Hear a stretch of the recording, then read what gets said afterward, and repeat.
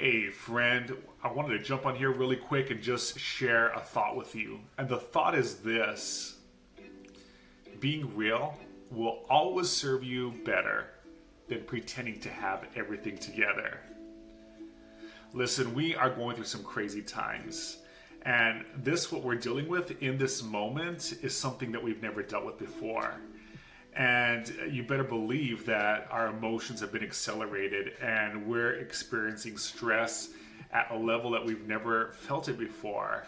And emotions, feelings, they're flooding us. And you know what? No one's exempt from it, whether it's the fear of becoming ill, whether it's the reality or the possibility of losing a job, uh, even the loss of freedom of us being able to roam about and interact with the people that we love in the way that we used to has suddenly been cut off from us. And it's only natural that we would feel a certain way. And it's important that we be true to ourselves and that we honor the way that we're feeling, even if the way that we're feeling isn't the greatest. Listen, whenever you're real and you're not pretending to be strong, it's a great way to be able to demonstrate love and care for others.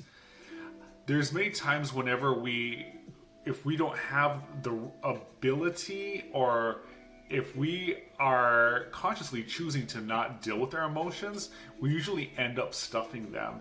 And whenever we stuff our emotions and we pretend to be someone that we're not, we end up distancing ourselves from the people that we care most about.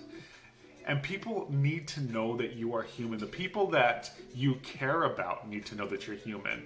Those of you that are parents, our children need to know what it's like. They need a healthy role model that will role model how to process feelings like grief and sadness.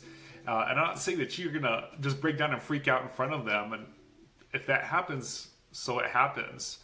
But the children, they need to know what it's like to be human and that it's okay to be human. And we owe it to ourselves to be real. And I know that that's not easy. I know that it's the easiest thing to do is to throw on a mask and to pretend that we have it all together and just try to go on as if nothing is happening around us. But that's one of the worst things that we can do for ourselves and that we can do for the people that we love. So once again, I know I've been sharing this. I might sound like a broken record, but I'm just going to break down 5 things that you can begin to do whenever the feelings get intense and you don't know what to do. Number 1, breathe.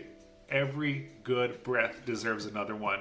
You might not be able to control everything that's happening around you, but you can control whether you will take the next breath. So I encourage you just to take a moment and breathe. The second thing you can do is you can name the way that you're feeling. Put a name to what you're feeling. Is it fear?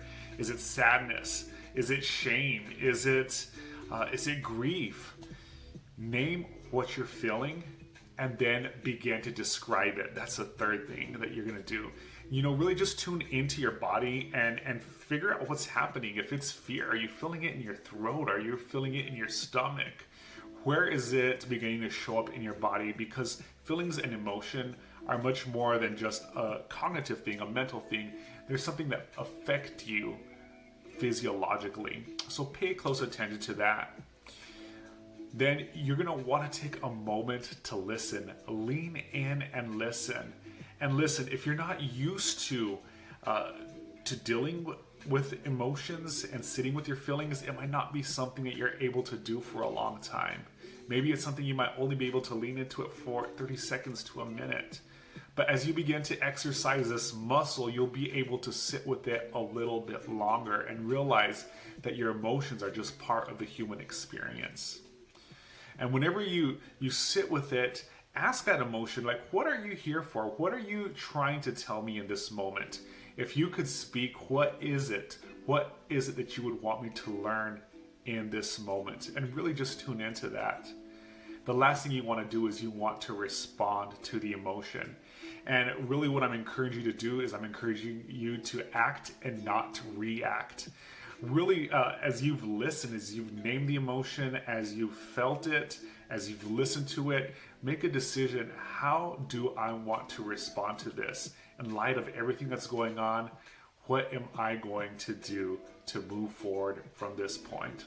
Anyhow, just want to share this with you.